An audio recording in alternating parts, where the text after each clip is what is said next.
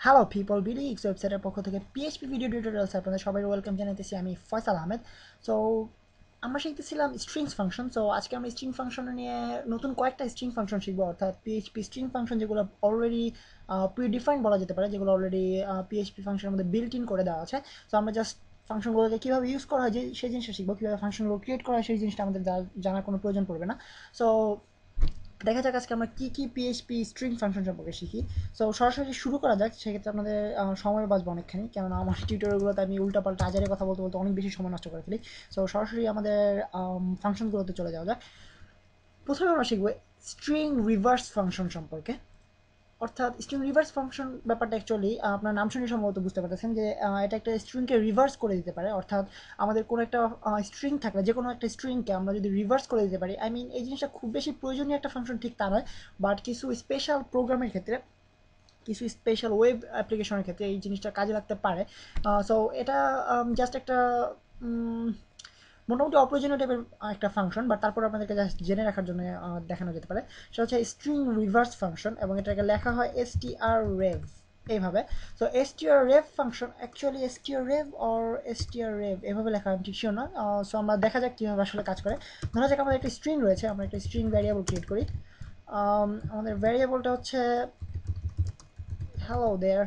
So এটাকে যদি আমরা রিভার্স করতে চাই, সেক্ষেত্রে আপনাদেরকে বলা হয়েছে যে রিভার্স নামে একটা ভ্যারিয়েবল ক্রিয়েট করা যাক। সো রিভার্স ফাংশনকে আমরা এখানে আমি বলেছি যে strrev ঠিক কোনভাবে লেখা আমি ঠিক শিওর না, আমার মনে পড়তেছে না। সো জাস্ট চেক করা যাক কীভাবে আসলে কাজ করে স্ট্রিং। সো আমরা যেটা করলাম সেটা হচ্ছে আমরা strrev ফাংশনের ভিতরে আমাদের স্ট্রিংটাকে, যেটাকে আমরা রিভার্স করতে যাচ্ছি অর্থাৎ উল্টিয়ে দিতে যাচ্ছি, সেই ভ্যারিয়েবলটাকে আমরা লিখলাম, অথবা সেই স্ট্রিংটাকে আমরা লিখলাম। দেন আমরা যদি স্ক্রিনে একো আউট করি আমাদের রিভার্সড স্ট্রিংটাকে, সেক্ষেত্রে দেখা যাক কী ঘটে। সো আমাদের পেজটা হচ্ছে অ্যাকচুয়ালি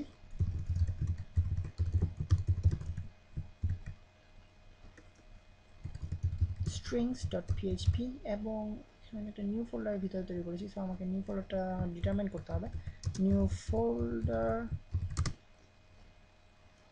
এবং এটাকে strrev লেখা হয় না, সো আমাকে লিখতে হবে strrev, অ্যান্ড এখন সম্ভবত কাজ করবে। সো আপনারা দেখতে পাচ্ছেন আমাদের ফাংশনটা অ্যাকচুয়ালি হচ্ছে str আন্ডারস্কোর রেভ নয়, strrev একসাথে strrev, অর্থাৎ রেভ হচ্ছে গিয়ে রিভার্সের রেভ, এবং str হচ্ছে অ্যাকচুয়ালি স্ট্রিং মিন করে। সো আপনারা দেখতে পাচ্ছেন আমাদের স্ট্রিংটা উল্টা হয়ে গেছে, অর্থাৎ এটা ছিল হ্যালো দেয়ার, দেন এটা চলে আসছে হ্যালো এরে ও লে। এনিওয়েজ, এটা কোন ল্যাঙ্গুয়েজ আমার নিজেও জানা নেই। সো রিভার্স ল্যাঙ্গুয়েজ বলা যেতে পারে, লাংবা, বাংলার জায়গায় লাংবা। সো আপনারা ট্রাই করতে পারেন আপনার নিজস্ব একটা ল্যাঙ্গুয়েজ তৈরি করা হবে রিভার্স ফাংশন ইউজ করার মাধ্যমে। সো এটা হচ্ছে আমাদের স্টিয়ার রেভ অথবা স্ট্রিং রিভার্স ফাংশন। অ্যান্ড আরেকটা ফাংশন সম্পর্কে আমরা আজকে শিখবো, সেটা হচ্ছে str টু লোয়ার। অর্থাৎ এটা অ্যাকচুয়ালি আপার কেস এবং লোয়ার কেস ক্যারেক্টারসগুলোর ক্ষেত্রে এই জিনিসটা ব্যবহার করা হয়। যেমন ধরা যাক আমাদের একটা ওয়েবসাইট তৈরি করছি যেখানে ইউজার নেম এবং পাসওয়ার্ড ইউজ করে লগ ইন করতে হবে ইউজারকে। তো সো সেই সব ক্ষেত্রে দেখা যায় যে আমরা হয়তো অনেক সময় খেয়াল করি না যে আমাদের ইউজার নেমের সময় কি ক্যাপস লক অন করা আছে নাকি ক্যাপস লক অফ করা আছে, অর্থাৎ আমরা বড় হাতে লিখতেছি না ছোটো হাতে লিখতেছি, এটা অনেক সময় খেয়াল করি না। সো এই জিনিসটা, অর্থাৎ এই জিনিসটা ভুল করলে বারবার যদি ইউজারের কাছে প্রম্পট আসে যে ইউজার নেম ভুল, এই জিনিসটা বিরক্তিকর কারণ হবে। সো আমরা চেষ্টা করবো যেন ইউজার নেমটাকে আমরা আমাদের ডেটাবেসে যখন সেভ করবো তখন আমরা যেন, সরি, ডেটাবেসে সেভ করবো তখন আমরা যেন এই ইউজার নেমটাকে লোয়ার কেসে সবসময় সেভ করে রাখি, অথবা শুধুমাত্র আপার কেসে সেভ করে রাখি। সেক্ষেত্রে ইউজার যাই ইনপুট দেখ না কেন সেটা সবসময় ওইটার সাথে মিলিয়ে আমরা ইউজ করব।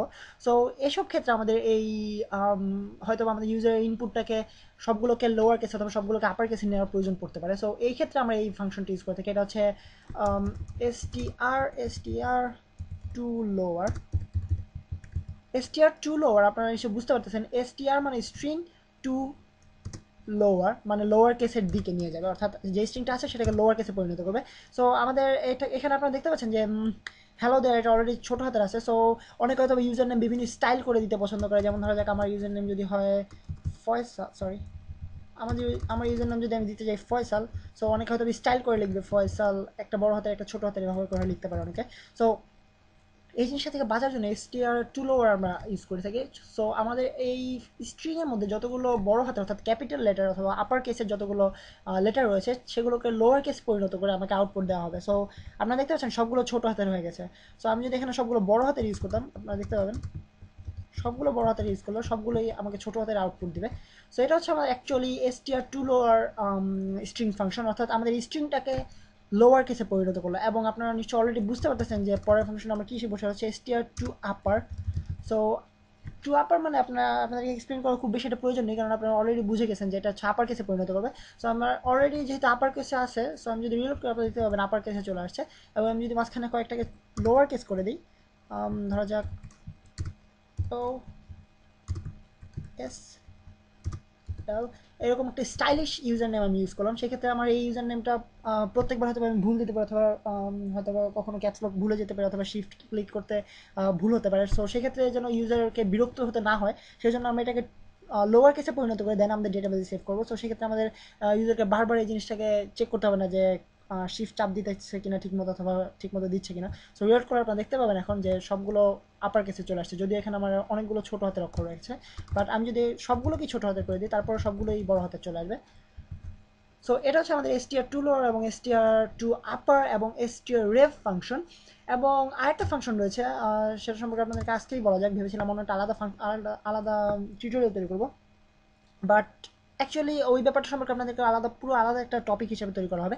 সো নেক্সট টিউটোরিয়াল আপনাদের সাথে আবারও দেখা হবে স্ট্রিং ফাংশন সম্পর্কে। আপাতত এই পর্যন্ত, এবং আরও হয়তো অনেক বিল্ট ইন ফাংশন নিয়ে আপনাদের সাথে পরবর্তীতে আলোচনা হবে। সো সে পর্যন্ত সাইন অফ করতেছি আমি ফয়সাল আহমেদ ফ্রম বিডিএক্স।